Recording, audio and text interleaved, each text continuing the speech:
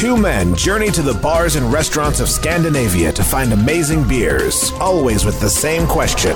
Hey, what's on tap? It's time to find out. What's on tap podcast.com. 2019, coming to you from the depths of winter. And when you got winter, you got stouts. Imperial stouts. Big time imperial stouts. Today is... What kind of stouts do we have, Jay? We have two... Oh, we got two of them? Two stouts. Imperial? Yes. Are they both Imperial? Yes, they are actually. Excellent. Both Imperial. This says so on the label. That's how I know that... that they're Imperial? They're Imperial. Nice. Which one do you want to do first? This one or this one? We can do that one. This one? Yeah, that one. All right. So the first up is the Firestone Parabola or Parabola. Firestone Walker. Firestone Walker. Yeah.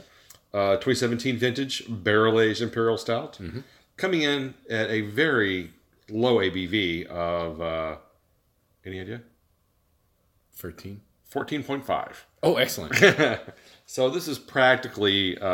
we should have had more burgers for lunch. Yeah, a sipping...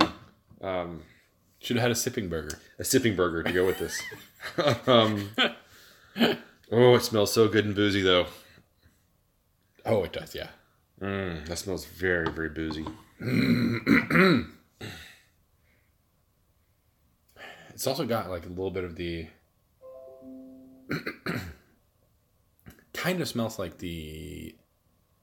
Remember the anniversary from Firestone Walker? The 20th anniversary? Was it 20th or 21st? 21st, something like that. Yeah, whatever the anniversary was that came out last got like year. a little bit of that kind of caramelly booziness. I think they used some of the Parabola in it. I think they did, yeah. Yeah. It smells good. All right, it does. Cheers. It smells really good. It has got a boozy alcohol nose to it, which is kind of nice. I mean, it's not huge, but it definitely... it definitely warms you up. It definitely... You feel it, for sure. It's a nice little winter warmer. Very sweet. Yeah, not too sweet. But not as thick in the mouthfeel, actually. It's pretty... It's quite easy to drink for 14.5%. It's not as thick in the mouthfeel as the Eric was. No. But it is definitely... It's definitely boozier. It is a lot boozier. That is like, whew. That's when you're just kind of like, that's going to get me messed up. Yeah. This one going to fuck you up. I'm going to feel this. Well, especially now, after a couple of other beers beforehand. But it'll be fine. We're professionals. Yes. It's really smooth and very, very easy to drink. It's a little bit too easy to drink for 14.5%. Yeah, it's got just enough of that alcohol heat to it to kind of keep you from pounding it. Yeah. Because I think if it wasn't as boozy tasting, you would probably drink it way too fast. You would just kill the whole thing. Yeah. So it's much more of a sipping beer. Which is a good thing. Yeah. I think which is really where you need it to be to keep you from just downing it way too fast. Yeah. I totally agree. Yeah. I really like the Firestone Walker. I'm glad that we're getting a lot more of their stuff here, especially their boxed releases. I've really enjoyed those. And I hope that... I think all of their like seasonal stuff has been very good. Yeah. Did you pick up any of the... Especially the Velvet Merkin. Yeah, it's been one of my favorites. Bastard. Did you pick up any of the sours they released? No. The 4 sour releases? No, I did not. I think I got all of them. Did you get one of each? Mm-hmm. How were they? I've only had one of them so far. Was that the Agrestic? Yeah. The one you had for New Year's Day? Yeah, I had the Agrestic on New Year's, and it was really good. Yeah? Yeah, it was a really solid sour. Or American Wild Ale, as they typically call it. Yeah. Because as we know, AB InBev just told us that sours have finally come to America, so... I mean, finally. Yeah. Thank God that AB InBev brought sours to America. Before that, all we had were American Wild Ales. It's also kind of funny that Wicked Weed, the brewery they bought out, had been producing sours for the past 5 years. Really, that's not relevant. That's not really sours. Not relevant to the conversation. No. Speaking of buyouts, what did you think about, like, I know this happened in June of 2018, but I just found out about it like a week or two ago. The Beavertown selling basically 49% of its... Oh, you didn't see that? Yeah, I didn't when see it that. Happened? No, I did. I missed it Huge completely. Thing about the Beavertown extravaganza and everything. Yeah. Apparently, a lot of breweries pulled out, and one of the things that I thought was interesting was that Cloudwater pulled out, and there's a few articles written around that, and I was just kind of like, a lot of people were upset because it's like, well, we paid people bought tickets to go to this event, and breweries are just pulling out at the last minute, which isn't fair to all the people that bought the tickets to the event. Yeah. And I'm kind of like, well, I feel like if a brewery commits to something, they should at least honor that for that event. I mean, because the extravaganza they had was in August. This came out in like June, and so Colorado pulled out literally like the last minute. Yeah, which I think is a little unfair to the people that were attending, even though I understand their moral opposition to it. I think if it would have been like a 6-month window where people could be like, oh, well, maybe I want to get my money back or something. But at this point, people had already bought hotel rooms and booked tickets and, transportation to go to this event. And then all of a sudden, everything starts falling apart. And for me, that kind of feels like it's just showing a lot of disrespect for the people that are going there to see you. I don't know. Maybe it might also be that a lot of the people that are going there feel like it's shitty that they sell out. Well, I completely understand that as well. And they don't want to go to the festival anymore at all. Yeah, but I mean, maybe they won't go this year. They probably won't even have it this year. I don't even know. Maybe they won't have it this year. But I know the past 2 years have been, I don't know how in 2018. It's supposed to have been a really nice festival. Yeah. So I never went, unfortunately. I mean, it's kind of like when Wicked Weed had their sour. Yeah. The Wicked Weed Sour Fest or whatever. I can't remember what it was called. Yeah, I don't think they do it anymore. But basically, everyone pulled out of that one except for the other AB InBev breweries.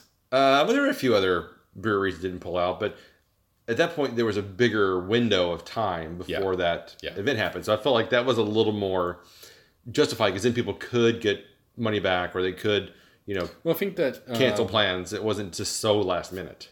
I think Beavertown still refunded like people's tickets. Okay, well that's good. But yeah, I mean, obviously hotel rooms and shit is kind of hard to get back. Yeah, and flights and everything. But I guess you can also just like make it a holiday in the UK. Yeah, good. You could do other events instead. Exactly. But then again, I think the extravaganza was in kind of a weird location as well, wasn't it? Or was it in London? I'm not sure. I don't think it was. Probably not in London. Is Beavertown located out of Manchester or something? No, they're just about an hour north of London, I want to say. All right. Maybe an hour and a half, depending on how the trains run. Yeah. Yeah, I'm not sure where it was set up. Yeah. Either way. Yeah. Kind of sucks. Yeah, I mean, it's one of those things where I'm really kind of on the fence on. Does it mean I'm never going to buy Beavertown beers again? Probably not. I mean... Probably still going to get the odd one. They don't really import to Sweden anyway, so this doesn't affect me in any way whatsoever. Exactly. And if I'm in part of the country or part of the world where you can readily get their beers, I'd probably still... I mean, if I'm in the UK... Pick up what they have, yeah. If I'm in the UK and I'm at a bar and they have kind of like a semi-good selection, if there's Beavertown on there, I'm not going to not buy it. Yeah. Yeah, well, Martin and I have had this kind of conversation on the show recently as well, where we talked about, like, just because, I mean, like, you might not like Carlsberg and Heineken and AB InBev, but, I mean, they made it possible that craft beer could become a thing and thrive because they laid a lot of their big groundwork with developing yeast strains and developing malt builds and hops and things like that. I mean, they've done some things where they fucked over the consumer as well, like in South Africa where AB InBev kind of bought up the market and then shut it off to only them. But at the same time, you need those deep pockets to be able to fund some areas of development that you're just not going to be able to get from your, independent breweries or microbreweries. And I mean, it's the whole catch-22. You can grow so big as a brewery, and then you reach a level where you just can't grow anymore, and you can't sustain yourself at the same time. So you either have to take an influx of cash to be able to reach that next level, or you have to scale back because you can't get any bigger and you can't, support yourself any further. Yeah. So then that's why you see a lot of microbreweries scaling back a lot of their production to where they're only serving a very small market, or they're buying into a larger system somehow, whether it's through acquisitions or venture capital or partnerships with other breweries or whatnot. So I feel bad for Beavertown on one side, but on the other side, I completely understand, why they are doing what they're doing, because I think in order for them to stay alive, I mean, sure, everybody wants to be Brewdog, but at the same time, I mean, Brewdog isn't 100% Brewdog anymore. No, they're also equity owned. Yeah. So, I mean, they have the equity for punk stuff as well. Yeah, I mean, they have equity for punks, but they also did a venture capitalist thing a couple of years ago. I can't remember how much it was. Yeah, I think it was only like 20%. It wasn't a huge amount. It wasn't the 49% like No. Heineken bought, but it's still... It was still an adequate amount. Yeah. But yeah. Or you can go the McKellar route and just become a licensing venture where you just you're selling your brand across the world. Yeah. Do like a franchising thing? Yeah. It also works. It does work. Yeah.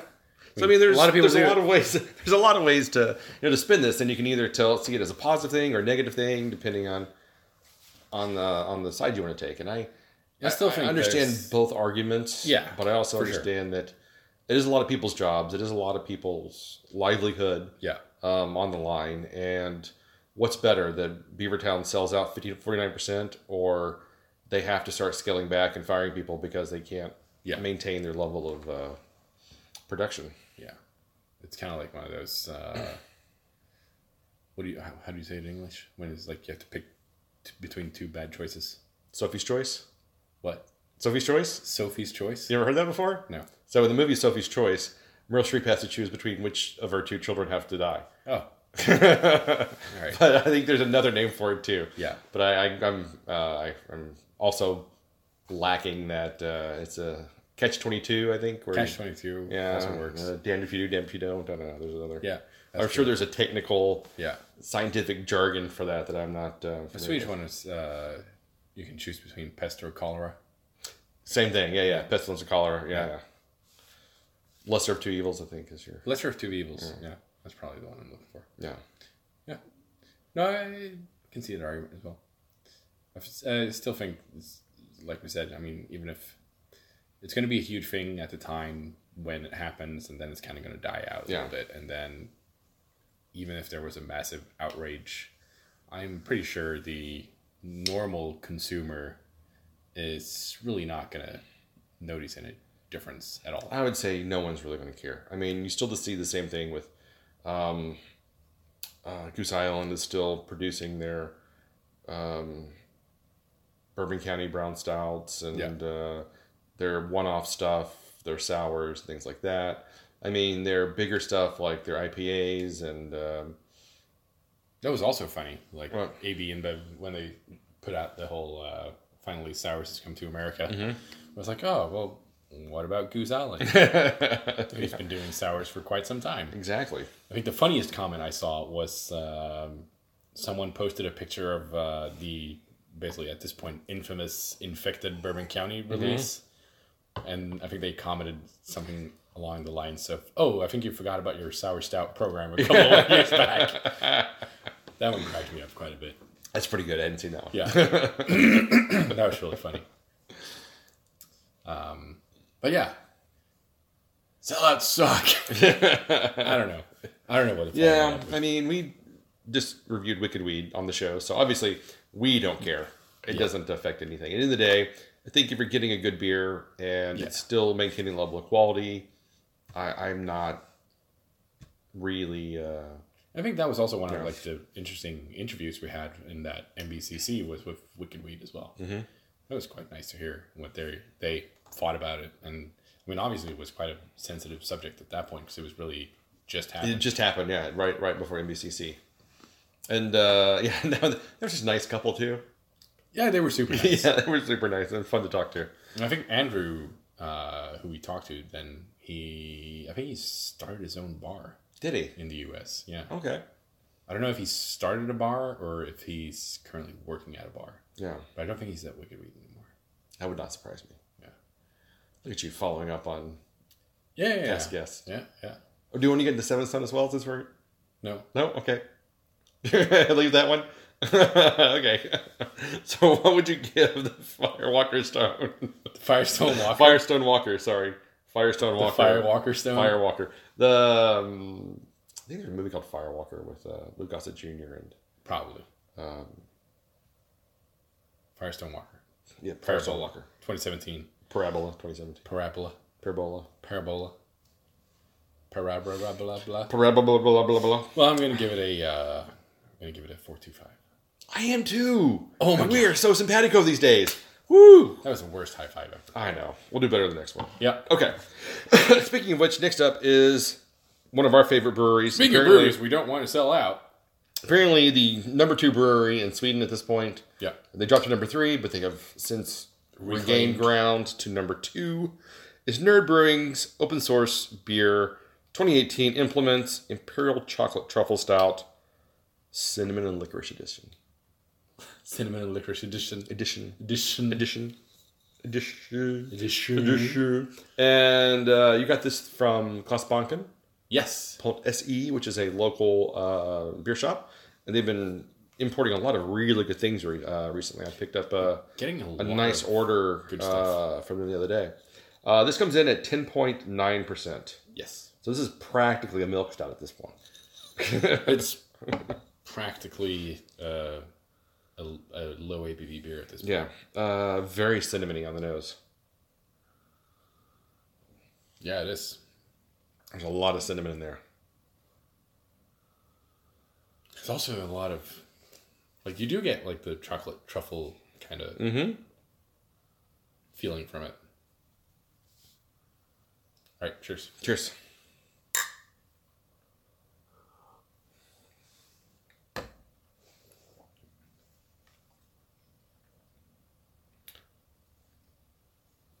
That is really licorice. That is intensely licorice. Wow. It's a bit more licorice than I anticipated. Whew. That is, if you don't like licorice, that's going to be tough for you. This is probably the most licorice beer I've ever had. Well, I still think the Elm 11 licorice stout was more licorice. No? I think the addition of the cinnamon kind of enhances the licorice. Enhances the licorice a little bit. Enhamsters it. Yeah. Oof. That's a rough licorice. This is probably going to be the first stout from Nerdbrewing that I maybe don't particularly enjoy that much. Yeah, I'm not getting the chocolate truffle as much. No, because the licorice kills everything else. It's just so overpowering. It is a huge burst of licorice. It should just be called Licorice Edition, and they can forget everything else. Just implements licorice. Yeah. Forget implements. Just call it licorice. Yeah. Wow. It's not a favorite of mine. Unfortunately. No. I'm so glad I got another one. When it comes to licorice beers, I just buy one as a general rule because you just... so I think the thing is... You don't know how intensely licorice that's going to be. I didn't really realize that there was licorice in this until today. Until I just read it off a few seconds ago? Yeah. Oh, it's just cinnamon and licorice. And you're like, what? There's cinnamon? I didn't really see that. I just saw a chocolate truffle stout. And I was like, yeah, that sounds delicious. I think it's a regular version as well. But you probably didn't have that available to you. Oh, really? Yeah, because I'm pretty sure there's the Imperial Chocolate Truffle Stout. Oh, but you know what? I think this is the only version that came to Glasbanken. I think I saw another version on a different website. Did you see that the carrot cake is coming back? I did. I'm very excited about that. Yeah. It was so good. Finally. I know. I think it's one of his first rebrews, too. Yeah. I am very excited about that. He brought one kind of like half-filled bottle that he found in the back of his warehouse or something like that, right? Well, you remember we tried it. We tried it at 2L. Was it a 2L? Yeah. Was I too wasted at that point to try it, to even realize that I had it? Maybe. Because we just gotten there. And we had tried, and they had this box of beers that people had sent them. And the carrot cake edition. Had that. Yeah. We tried it there. No. They opened it there. No. Yeah. No, it didn't. Yeah, they did. No. Yeah, they did. I'm pretty sure they did not. Well, you're pretty wrong. But you were sleeping in the bar by the time we left, so I was. You might have a few hazy moments there. Yeah. Well, hopefully not from when we got there. Well, I mean, after a long day of trying stuff, it kind of all blends together and gets a little hazy. It does, yeah. I don't remember a lot of the other things that we tried while we were there, but I remember that we did try that because we were both super excited about it. All right. I don't remember that. Okay. And then I tried the Tool carrot cake end of last year. Bruce did a carrot cake stout. Really? Yeah. It was really sweet. Ooh. Yeah, it Too was sweet? way too sweet. Yeah. Whereas the Nerdbrewing one was really balanced and complex. This was just like way sweet. All right. Yeah. I'm excited about trying the rebrew of it. Me too. I'm very excited about that. I'm going to make sure to remember it. Buy a couple of bottles so you can try it again? Yeah, probably. Yeah. Well, hopefully the rebrew of it is as good as the previous one. Yeah, I hope so. But this one was just a tad too much licorice for me. Yeah, I'm having a hard time with that licorice punch as well. Yeah. Whew. I still think it's a very good stout, and I think if you're really into licorice, you're probably going to absolutely love this beer. If you like licorice, you're going to love it. Yeah. But if you're not a fan of licorice, I am passive on licorice. I don't hate it, but I'm not out there like just scarfing handfuls of it every day. Yeah. I have like certain licorice candies that I like. Yeah. And the salty ones? No. I like the Turkish pepper ones. No. Those ones that's horrible. No. I like the ones that are basically just pieces of chocolate and they've got just a little bit of licorice on the inside.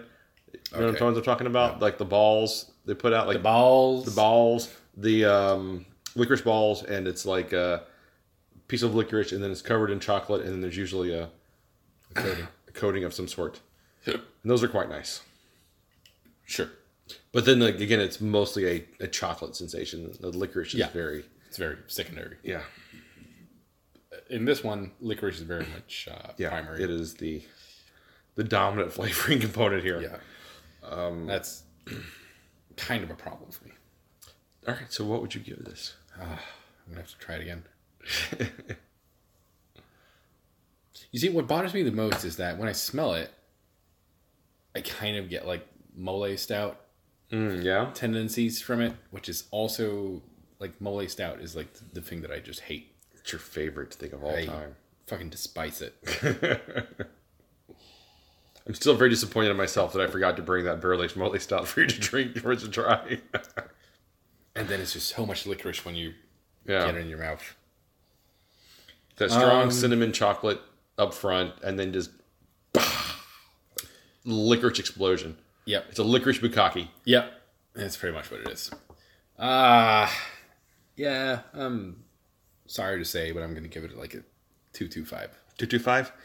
I am going to give it a whole point above yours. Yeah. A 3.25. I think it's a very well-made beer. I think it's very interesting in the smells and I guess the flavor, because there is a nice roastiness at the very end after you've had time for it to settle. Through. Yeah, after the licorice has receded a little bit. So I think it's a very well-made beer. I think it's a very interesting beer, but at the same time, man, that licorice is just killing me. It's just way too much. That's why I just can't give it more than way that. too much. Yeah. I'm gonna do this. I'm gonna forget about the other bottle in the back of the cellar, and then revisit it in like 3 or 4 years. Yeah. See how it works out by then. Maybe I should put a little note on the bottle. It's like, do not open until 2022. There you go. And you'll be like, why? Exactly. And then I'll just go back. I should put the link on the post-it note to this episode. There you go. And then I'm all Hey, set. you know what we're coming up on? What? Episode 200.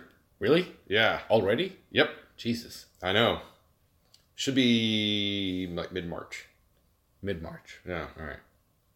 That's cool. We got to do something special for that. We will.